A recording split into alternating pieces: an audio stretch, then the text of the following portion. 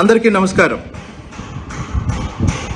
రాష్ట్రంలో 2 రోజులుగా వినిపిస్తున్న కల్తీ మద్యం వ్యవహారానికి సంబంధించి నిన్న ఇబ్రహీంపట్నంలో వైసీపీ నాయకుడు, మాజీ మంత్రి ఏదైనా సరే తెలుగుదేశం పార్టీ నాయకుల మీద బురద చల్లి జగన్మోహన్ రెడ్డి గారి కళ్ళల్లో ఆనందం చూడాలనే లక్ష్యంతో పనిచేసే జోగి రమేష్ కాస్త హడావుడి చేశాడు.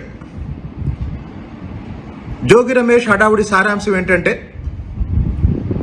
మైలవరం శాసనసభ్యుడు వసంత కృష్ణ ప్రసాద్ గారి మీద బురద చల్లటం.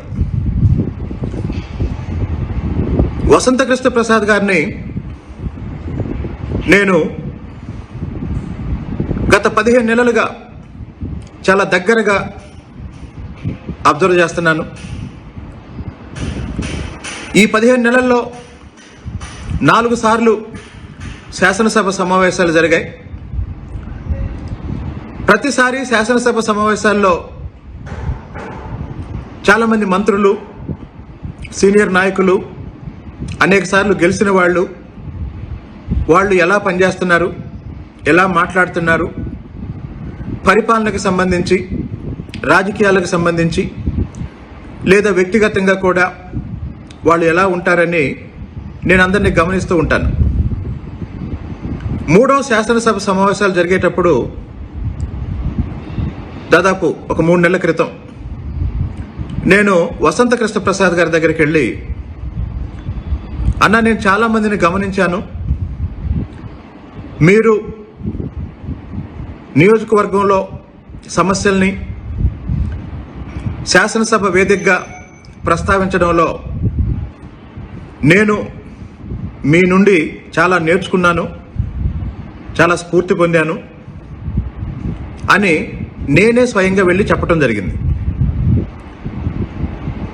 పైగా వసంత కృష్ణ ప్రసాద్ గారు వ్యాపారంలో డబ్బులు సంపాదించుకొని రాజకీయాల్లో ఖర్చు పెట్టే మనిషి. చాలామంది వైసీపీ నాయకులు రాజకీయాల్లో డబ్బులు సంపాదించి వ్యాపారాల్లో ఎదుగుతున్నారు. కానీ వసంత కృష్ణ ప్రసాద్ గారు దాదాపు 50 సంవత్సరాల రాజకీయ వారసత్వం ఉన్న కుటుంబం నుంచి వచ్చి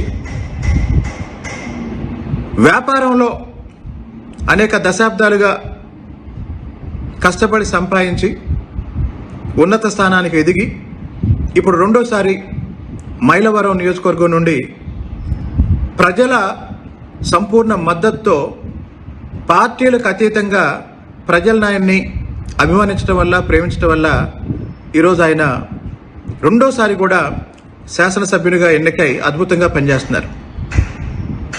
కాబట్టి జోగి రమేష్ విమర్శలు కేవలం వసంత కృష్ణ ప్రసాద్ గారి మీద బుర్ర చల్లాలి అనే లక్ష్యంతో చేసిన విమర్శలు, అలాగే చచ్చిపోయిన వైసీపీ బతికే ఉంది అని చెప్పటానికి చేసిన ప్రయత్నం, అలాగే తెలుగుదేశం పార్టీ నాయకులను విమర్శిస్తే జగన్మోహన్ రెడ్డి గారు సంతోషిస్తారు అనే ఉద్దేశంతో చేసిన విమర్శలు తప్ప కల్తీ మద్యంతో ఎలాంటి సంబంధం లేని, కల్తీ లేని రాజకీయ నాయకుడు వసంత కృష్ణ ప్రసాద్ గారు.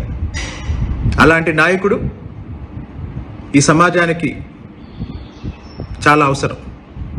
Thank you.